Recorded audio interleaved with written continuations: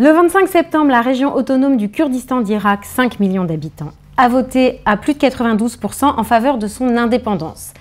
C'était un référendum organisé par le gouvernement, le président Massoud Barzani, et qui a été catégoriquement rejeté par les pays voisins, la Turquie et surtout l'Irak, et accueilli avec une grande prudence par la communauté internationale. Aujourd'hui, on est dans une situation très tendue sur place puisque Bagdad a fermé les 2 aéroports du Kurdistan, à Erbil et Souleymania. Et on va parler des enjeux de ce référendum avec vous, Frédéric Tissot. Vous êtes médecin, vous avez été le premier consul général de France au Kurdistan d'Irak à Erbil de 2007 à 2012. C'est exact. Vous êtes aujourd'hui chargé d'enseignement à Sciences Po et vous êtes l'auteur d'un livre paru en 2016 chez Stock avec la journaliste Marine de Tilly qui s'appelle L'homme debout et dont je recommande vivement la lecture. Vous étiez à Erbil, je crois, la semaine dernière au moment du référendum. C'était comment l'ambiance? C'était une situation très tendue comme ce qu'on entend aujourd'hui ou c'était plutôt une atmosphère joyeuse? Non, c'était une atmosphère tout à fait joyeuse, détendue, familiale, heureuse. Les gens dansaient, chantaient. Et c'était absolument pas tendu parce que c'était l'aboutissement d'une longue période d'histoire, de l'histoire. Et enfin, les Kurdes qui attendaient cela depuis près de 100 ans, depuis la chute de l'Empire ottoman, depuis le traité de Sèvres, les Kurdes d'Irak, j'entends, attendaient cela après de nombreux combats, après de nombreuses répressions du gouvernement de Saddam Hussein. Et donc, presque tous les Kurdes étaient tout à fait heureux de participer à cet événement historique. C'est une région, le Kurdistan d'Irak, qui jouissait déjà d'une autonomie importante depuis 1992, qui a été reconnue par la constitution irakienne en 2005. Qu'est-ce que ça représente, ce pas supplémentaire? Pourquoi cette autonomie n'était pas suffisante et pourquoi cette revendication d'indépendance totale? Parce que quand vous ne vous entendez pas bien avec votre conjoint, même si vous avez 2 chambres séparées, au bout d'un moment, quand même, ça ne se passe pas très bien, et c'est exactement ce qui se passait.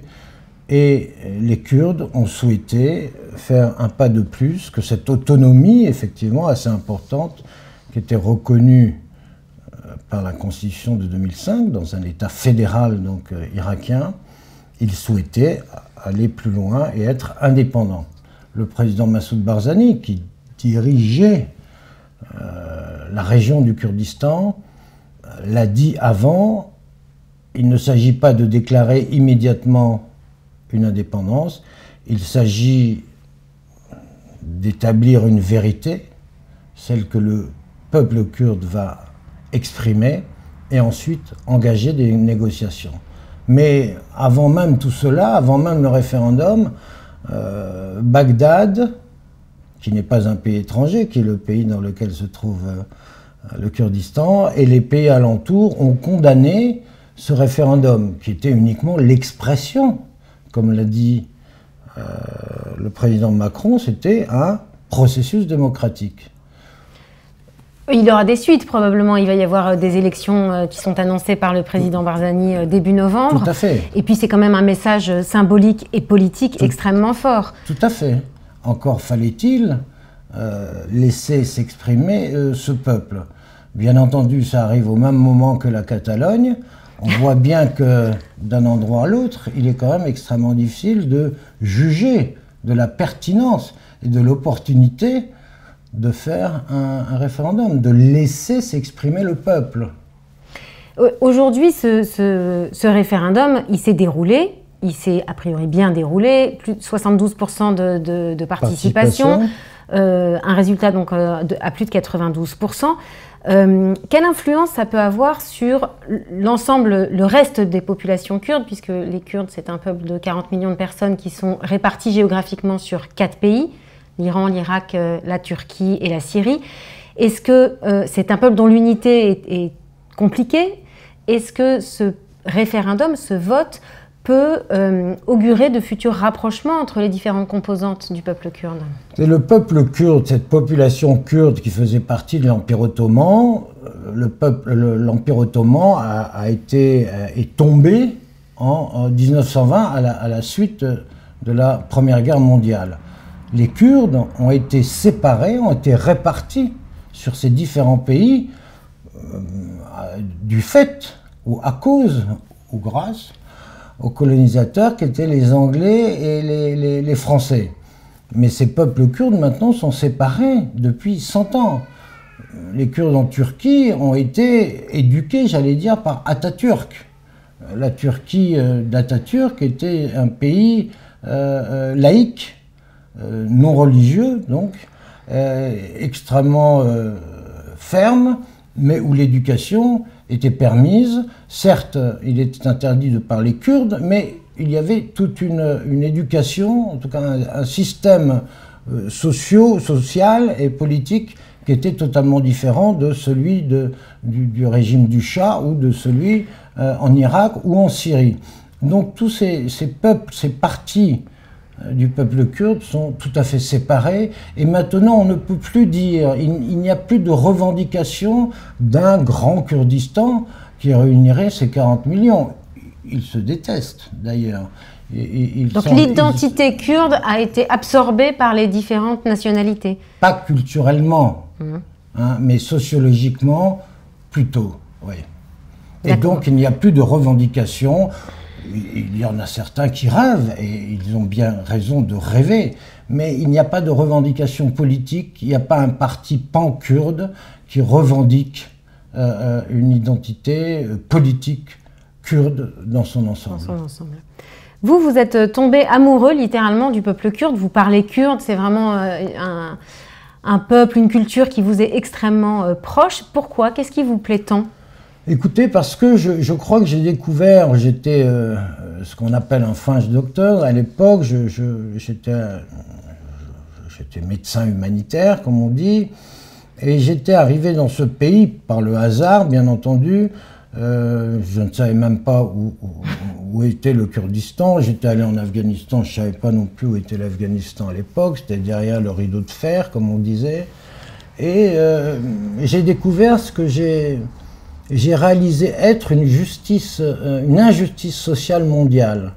Je veux dire, j'arrivais devant un peuple qui existait, mais qui n'existait pas, qui n'avait pas d'État, qui n'était pas reconnu, qui n'était pas sur les cartes du monde.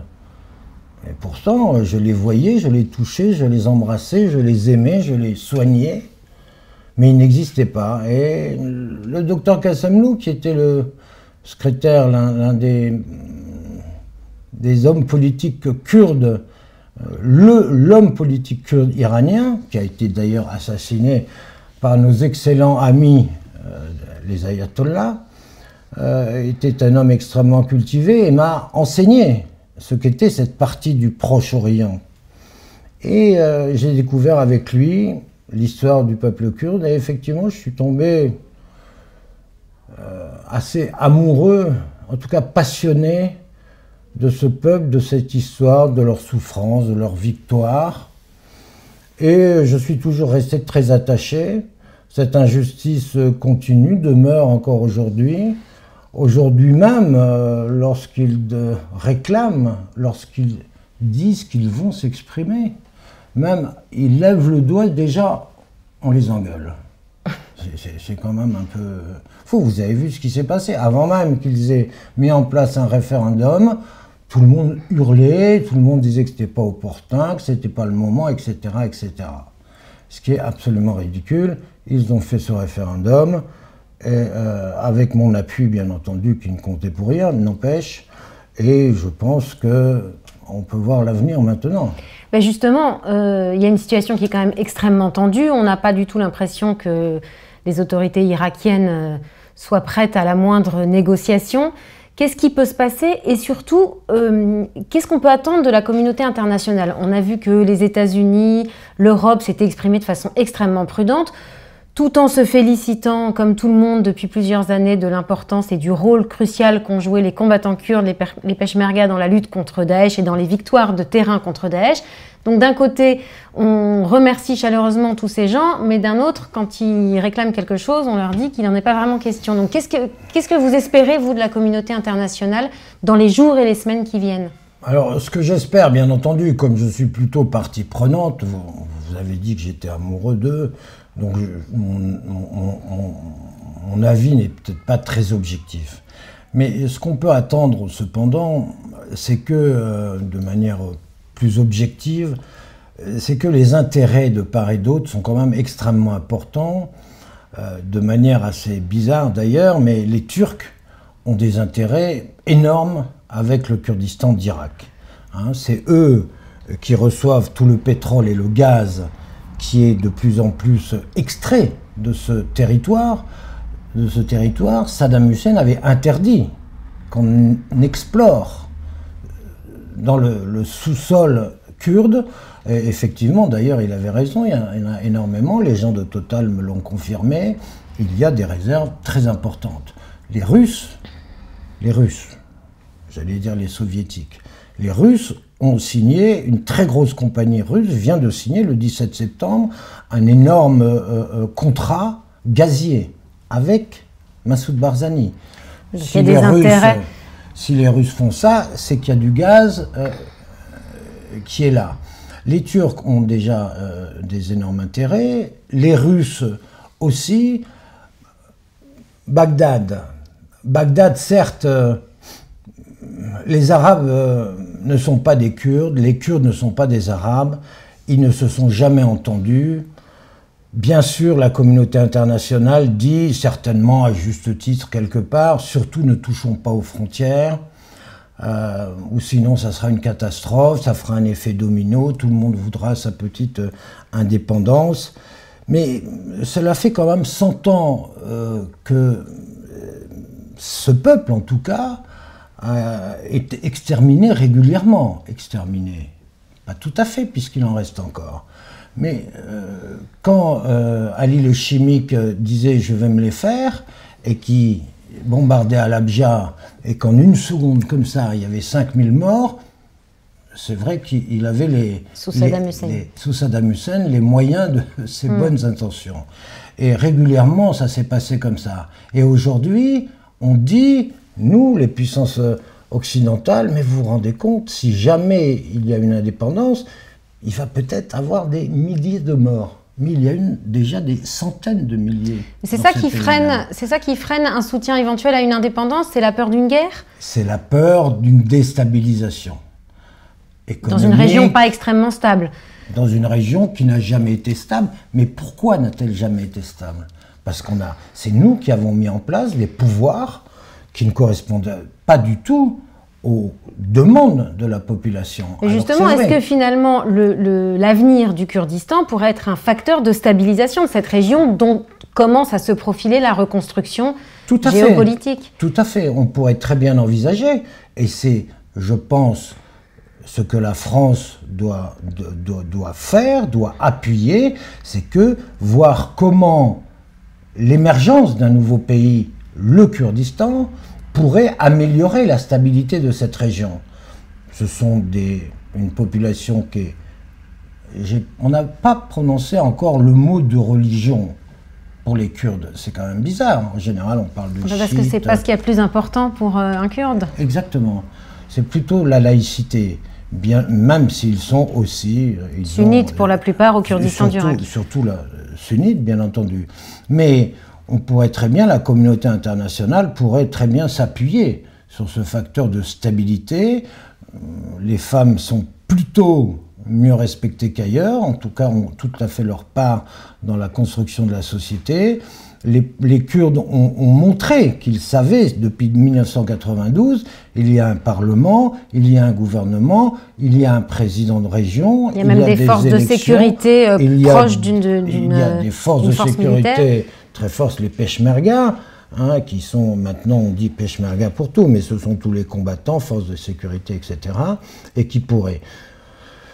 Il est clair que les Bagdadis, les gens de Bagdad, les Arabes, comme on dit, ne sont pas d'accord avec cela. Mais avec quoi sont-ils d'accord? Jusqu'à maintenant, il me semble que c'était Saddam Hussein qui était au pouvoir. A-t-il fait en sorte, et puis Maliki pendant 12 ans, puis Abadi en ce moment, qui a été reçu, là, qui est peut-être aujourd'hui reçu par le président Macron, ont-ils été capables de faire en sorte que ce pays vive en toute sérénité. Jamais. Ça s'est jamais produit. Donc les Kurdes en ont marre. Je pense que l'on pourrait tenter, mais comme je l'ai déjà dit, c'est aux Kurdes de faire cela en négociation avec Bagdad.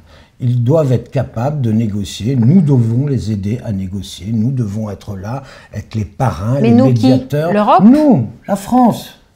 Nous sommes au Conseil de sécurité. Nous sommes capables de le faire. Nous sommes une force très importante en Europe et dans le monde encore. Le président Macron a d'immenses ambitions pour cela. Je suis sûr qu'il y arrivera, s'il le souhaite. S'il le souhaite, mais la question est, le souhaite-t-il? Eh ben, j'aimerais qu'il le souhaite. Et si ça ne marche pas, s'il n'y a pas de négociation, s'il n'y a pas un poids international important, qu'est-ce qui peut se passer? On explique que la situation aujourd'hui est sur le terrain extrêmement tendue. Jusqu'où ça peut aller? C'est pas extrêmement tendu, c'est pas vrai. Aujourd'hui, c'est tendu, ce n'est pas tendu. Les aéroports sont fermés, les avions, l'espace aérien fermé. Ok, mais c'est pas tendu. Il n'y a pas de force armée. Il y a quelques manœuvres à la frontière turque et tout ça, non? Non, mais les Turcs ils font toujours des manœuvres à la frontière. Ça fait 40 ans qu'ils font ça. Hein, et parfois ils attaquent pas, etc. Les Iraniens ont fait quelques mouvements de troupes. On signale quelques mouvements de troupes à la frontière. Donc il n'y a pas de risque de réelle dégénération de la situation? Pour l'instant, non. Personne n'aurait intérêt à faire cela. Et surtout pas Bagdad. Si Bagdad, demain, attaquait le Kurdistan, mais ça serait bien la preuve que les Kurdes ont eu raison de vouloir être indépendants, puisqu'ils sont avec des gens qui, dès la première les attaquent. Les Iraniens non plus n'auraient pas d'intérêt, même si... Alors, nous parlons souvent, nous entendons dans la presse occidentale cet effet domino, etc. Qui croit ça? Qui peut croire cela? Quel effet domino? Vis-à-vis de qui? Donc il n'y a pas de réel danger imminent? Non. Non. Donc les conditions sont plutôt réunies, d'après vous, pour des négociations et pour un avancement positif du dossier? Il faut se souvenir d'où est-ce qu'on sort en plus. Hein. La situation en Irak et en Syrie, c'est pas fini. Une guerre contre Daesh qui a duré 3 ans et qui était une des pires guerres qui a eu lieu dans cette région. Qui n'est pas tout à fait finie? Qui n'est pas tout à fait finie. En Irak, c'est presque fini. Hein, au sud de Kirkouk, il y en a encore. Mais c'est presque fini et tout a changé. Le Kurdistan existe maintenant sur la carte, sur la table. Lorsque les pays alentours sont autour de la table, on ne peut pas dire quoi, le Kurdistan, pardon, comme on a fait pendant des décennies. Comme on a fait pendant des décennies.